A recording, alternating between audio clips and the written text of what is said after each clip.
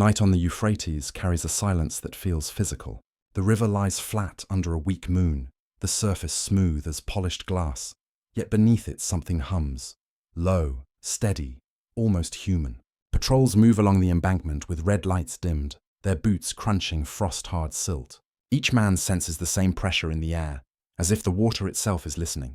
When the wind lifts, it moves carefully, folding around them like cloth. At 03:12 hours, a spotlight catches a drifting patrol boat.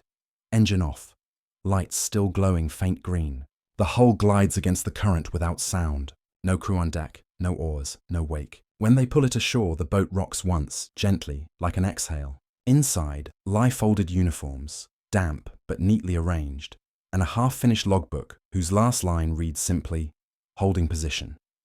Command calls it equipment failure. The mechanics disagree. Fuel lines dry, batteries full, propeller clean. They record the discovery, tow the craft away, and mark coordinates on the map. But the soldiers linger longer than ordered, staring at the black water that swallows their reflections. One mutters that the current seems to pulse, matching his heartbeat. Another says it's only the wind. Both are right. The river gives no argument. It only keeps its rhythm. Somewhere far downstream, a heron lifts off, its wings brushing the mist. The motion breaks the surface, and for a moment, the hum stops. Then, just as quickly, it starts again, deeper this time, patient and sure. By dawn, the banks are quiet. Yet every man who stood there swears he can still feel that vibration in his chest. Long after sound itself has gone, 3 nights later, another vessel appears adrift, then another, all empty, engines intact, navigation lights unwavering. Each recovery happens at the same hour, 03:12. The pattern unsettles command more than the loss. Radios near the river crackle with faint overlapping transmissions. But when replayed, nothing remains. Specialists from Basra arrive to investigate. They check tides, temperature, magnetic drift. Nothing unusual. Yet clocks left on the pier stop precisely as the boats touch shore. A corporal jokes that the river has its own time zone. No one laughs. During debrief, one sergeant mentions hearing footsteps on metal just before sighting the first vessel. Another insists the sound came from under the hull, not above it. Divers sent below find nothing except rippling sand and fragments of chain that move without current. Later, when reports are filed, the incidents are renamed temporary electrical synchronization. The phrase repeats across every document like a charm meant to steady nerves, but soldiers start calling it the pause. They describe it as a sensation, everything slowing, breath hanging mid-air, even insects falling silent. Then the water moves again, and reality resumes, indifferent. At the canteen, an old interpreter remarks that ancient travelers believed the river's soul could rest only at night. If disturbed, it borrowed motion from the living until calm returned. The younger men roll their eyes, yet each keeps glancing toward the bank. Out there, lights shimmer in slow procession, reflections without source. When the wind stills, even the frogs stop calling. Only the ticking of halted watches fills the dark, marking a time that doesn't belong to them. By mid-month, the villagers downstream begin speaking of lights that patrol the river long after curfew. Lantern-shaped glows drift in pairs, their reflections moving faster than the water itself. A fisherman photographs the shimmer one night, but in the image only the reflection remains. No boats, no sky, just streaks of pale fire bent across the current. The elders are unsurprised. They recall older wars when the Euphrates was said to echo battles for generations. In one story, soldiers who drowned mid-crossing returned each winter as currents of light, rowing toward the sunrise. The river remembers, an imam tells the patrolman sent to interview him. You cannot bury noise in water. It waits. A cultural liaison report dismisses the tale as folklore. Yet, in the following weeks, aerial surveillance notes faint lines of motion, thermal patterns resembling oars cutting surface tension. Nothing visible to the eye, only to heat sensors. Analysts tag them as environmental interference. For those stationed along the bank, the nights become ritual. Before sleep, they check their watches, align them to 3:12, and listen. Some say the sound of engines hums beneath the surface. Others claim to hear murmured commands, the cadence of men rowing in perfect silence. A young private records the noise on his phone. When he plays it back, it's only his own breathing, steady, circular, endless. In the final days of deployment, The same fisherman who took the photograph stops visiting the water. He says the reflections have started to change direction, moving upstream now, as if retracing something once lost. The soldiers preparing to leave look one last time at the river that refuses rest. Its surface glows faintly under a silver dawn, smooth and certain. Somewhere beneath, unseen paddles strike in rhythm, guiding invisible boats through a current older than war itself. Winter along the river arrived without colour. The banks turned the shade of old steel, and the water wore the moon like a coin under glass. Fires were kept small, more for company than heat, and conversation fell into careful gaps the night seemed to measure. Just past midnight, the radio on the table began to breathe. The set was off, the dial dark. Yet a fine hiss pulsed in and out like tide inside a shell. The operator leaned toward the grill. The sound carried shape. 3 short sighs, a pause, then 2 longer strokes, as if someone were tapping from far water. He powered the unit, checked leads and fuses, rotated the antenna an inch at a time. Nothing changed except the certainty that the timing was deliberate. He drew the intervals on a notepad. They aligned with unnerving grace, repeating every 40 seconds. The others drifted closer. Steam curled from tin cups and refused to wander. Someone muttered that batteries sing in cold. The operator shook his head. This was not singing. It was discipline. Another sequence arrived, followed by quiet that felt expectant, the way a room waits after hearing its name. Beneath that pause, he heard men exhale together, the small release that follows an order received. No language, no words, only cadence, the grammar of obedience without sentences to carry it. He stepped outside for air. Reeds whispered along the bank.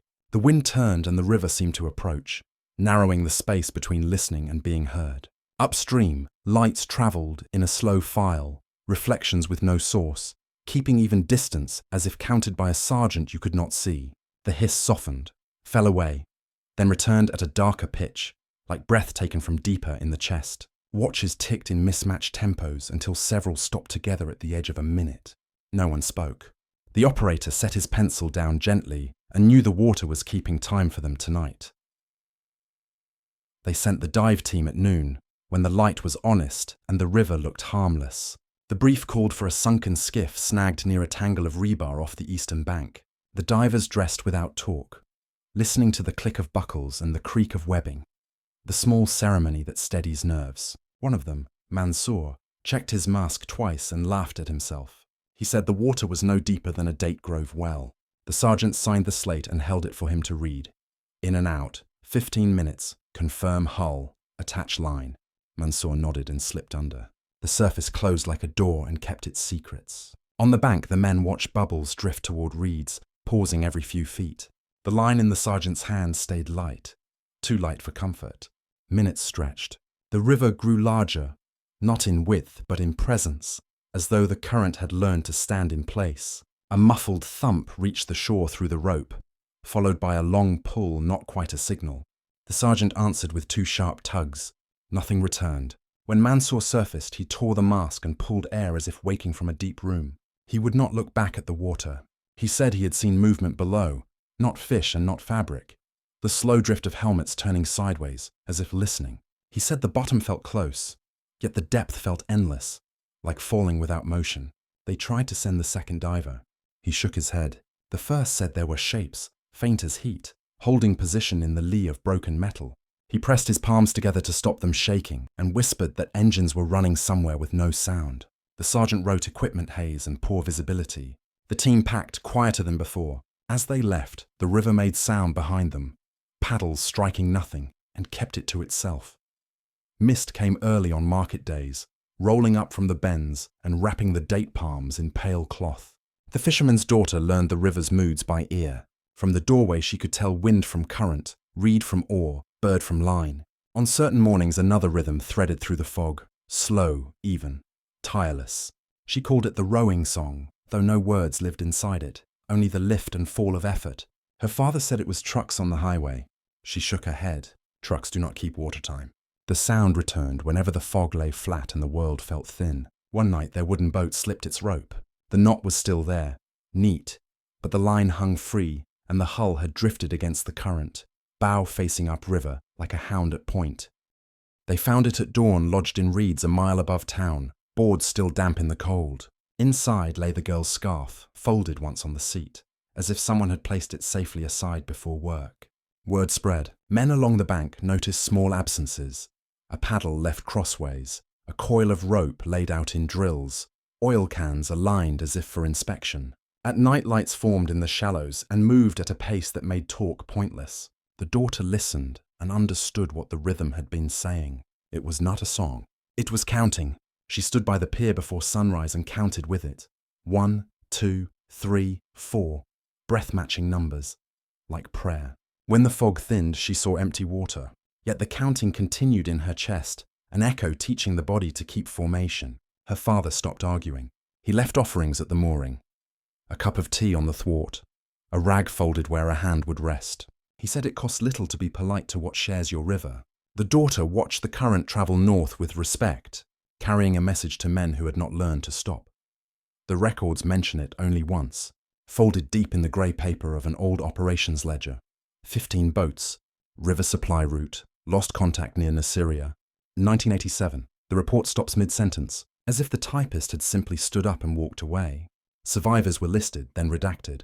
No reason, no weather anomaly, no enemy fire, just silence. Years later, when the war ended and the river was opened again to civilian movement, fishermen spoke of a night fog that rolled upstream. Dense, blue, and strangely lit from within. They said engines had been heard in perfect unison, the sound of heavy boats pushing water.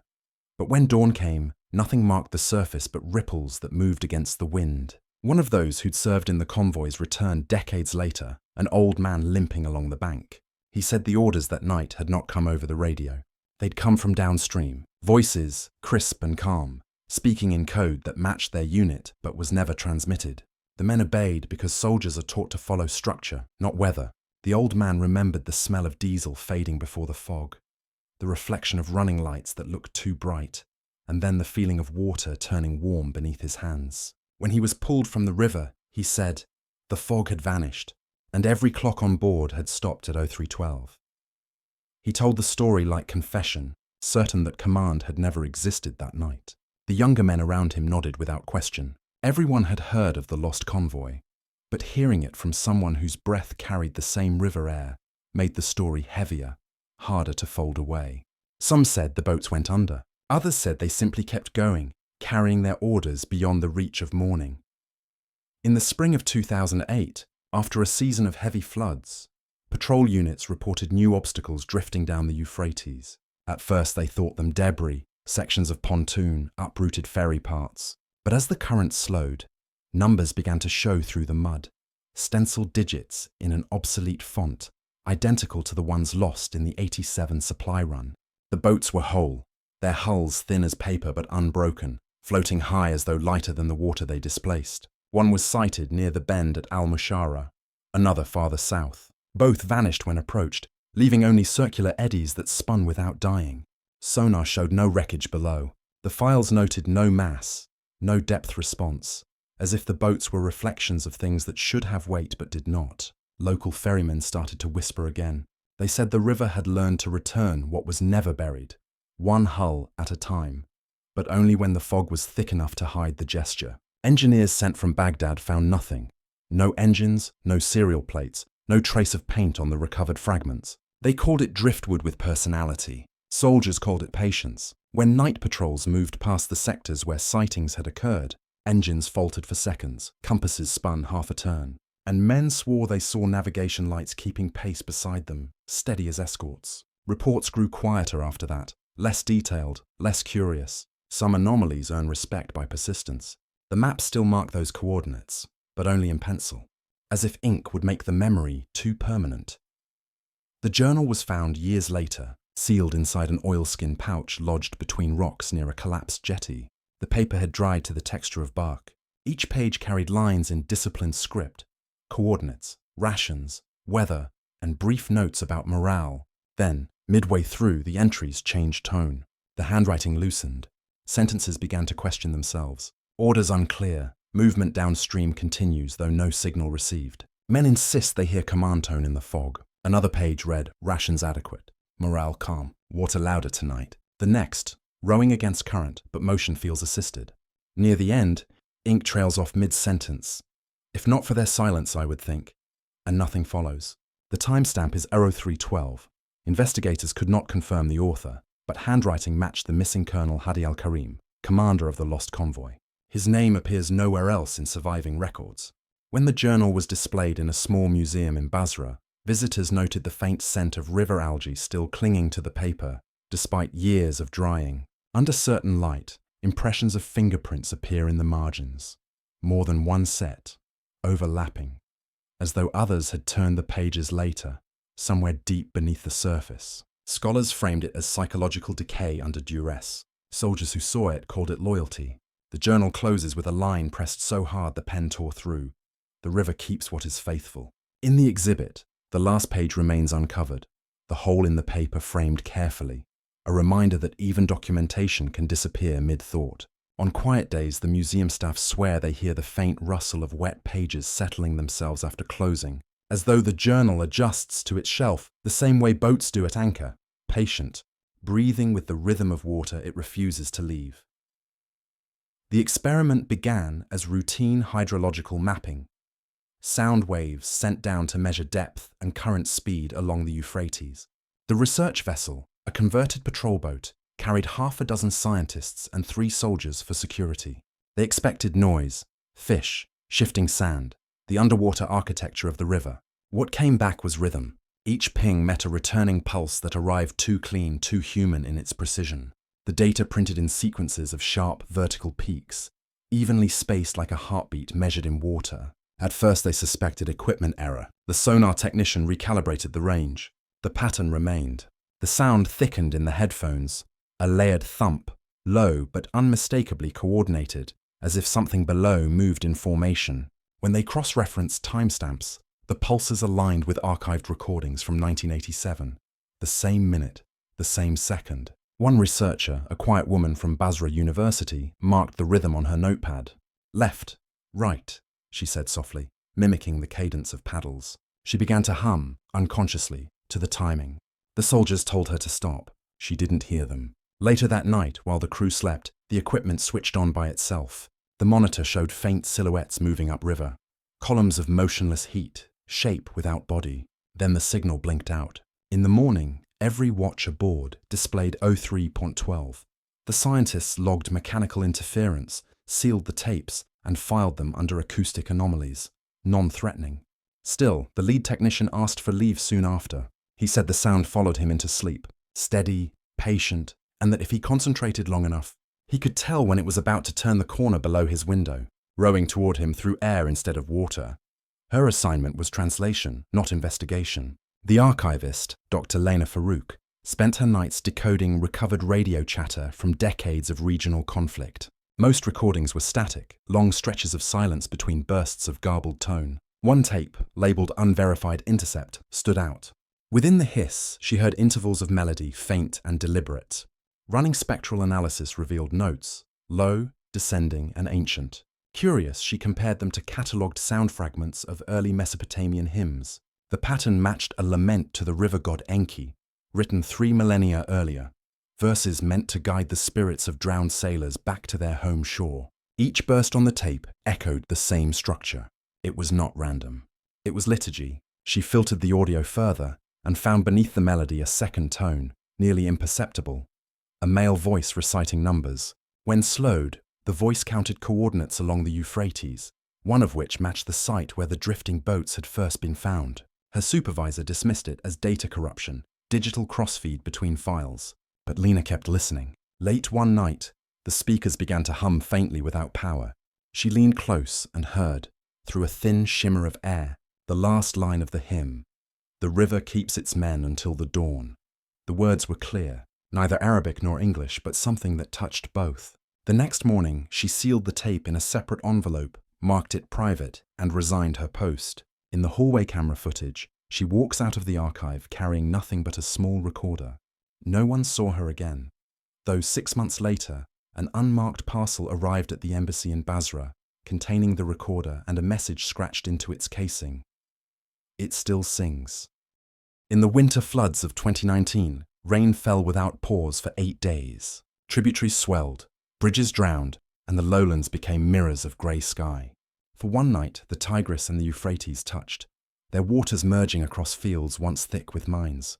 Soldiers posted near the crossing reported strange light on the current. Soft, white, organized. A line of boats appeared where no road led, gliding side by side against the torrent. The men on watch said the craft were empty, yet moved with precision, each turning in unison like a column drilling under command. Radios came alive on every channel at once, no matter the frequency, broadcasting a single word: ready. It repeated for 40 seconds, then ceased. One man saluted. The rest followed. No one could explain why. When dawn broke, the waters separated, retreating to their courses as though embarrassed by their brief reunion. No debris remained. The mud lay smooth, except for dozens of shallow impressions in perfect formation along the banks. Marks too wide for boots, too narrow for animals. Aerial footage from that night caught a flash of the flotilla before clouds swallowed the image. Analysts later determined that the light came not from lamps, but from within the fog itself, like phosphorescence in deep ocean water. The report ended with the phrase visual interference due to saturation reflection. Locals still speak of that night with quiet pride. They say the rivers had waited 70 years to find one another again, if only to exchange their memories. When flood season returns, they gather at the bend and throw flowers into the stream, one for the living, one for those still marching below. In the evenings that follow, the wind carries back a faint chant. Neither mourning nor celebration, only the measured rhythm of men rowing home through the dark.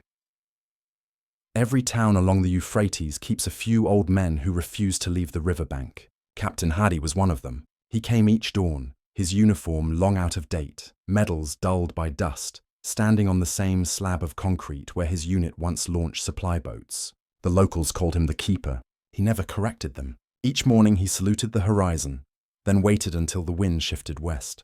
That was when the surface began to move, small ripples forming in straight lines as though invisible oars disturbed the stillness. He would nod softly and whisper, "Roll call, one name at a time."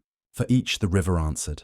A tremor, a faint lap of water, a sound like acknowledgement. Those who watched said the ripples only formed where he stood, as if following his voice. At night, he slept in a small hut facing the current, a lantern burning low beside his boots. He once told a journalist that his men had never disobeyed an order, and that loyalty did not end with breathing.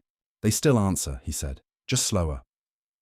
After he died, his cot remained empty, but every dawn the ripples appeared again in front of the hut, the same number, the same pace. When the wind blew across them, it carried a tone faint as radio static, present. The hut has since collapsed, overtaken by reeds, but the villagers still leave flowers where the threshold used to be. On still mornings, if you stand close enough, you can hear him counting again. The river no longer runs as it once did. Dams upriver have slowed the current, reshaping entire valleys. Satellite maps show new curves, old ones erased. Yet beneath dry channels, buried under cracked mud, the shape of the water remains. Ghost tributaries glinting faintly when the sun burns low. During one survey, archaeologists found the outline of a long barge fused into soil, its ribs preserved like fossil bone. When night fell, moisture gathered in the hollow and reflected starlight where no water should be. Locals passing by said they heard it lapping again, gentle as breath. A student measuring the site placed her hand on the metal and withdrew it instantly. It was cold, as if submerged. She claimed the air around her pulsed once, like a slow heartbeat from underground. The researchers left markers, but returned weeks later to find them shifted, as if rearranged into straight lines. From the air, the pattern looked like a convoy, hulls aligned toward the north. They dismissed it as wind or human interference, but one engineer noted that the markings followed the same coordinates as the lost supply run. He wrote, "The river moves even when there's no water to carry it." That night, a light rain passed over the valley. For the briefest hour, the hollows filled and the shapes floated again, returning to current that wasn't there. Then morning came, and the earth dried, leaving only outlines, memory etched into clay, persistence mistaken for myth. The story always ends the same way, beneath a moon too bright for comfort. The Euphrates lies calm, black glass stretching into nowhere, and yet the sound of motion hums low in the mist. Patrolmen still on rotation say that once or twice a year, usually around the winter solstice, boats appear where none were moored. Wooden craft, aged and unregistered, sliding past the checkpoints without engine or crew. They drift with purpose, following one another in single file until distance swallows them whole. Floodlights track their passage, but the beams fade when they touch the hulls, absorbed into nothing. Those who've watched describe no fear, only the weight of understanding. That duty can outlive the flesh that carried it.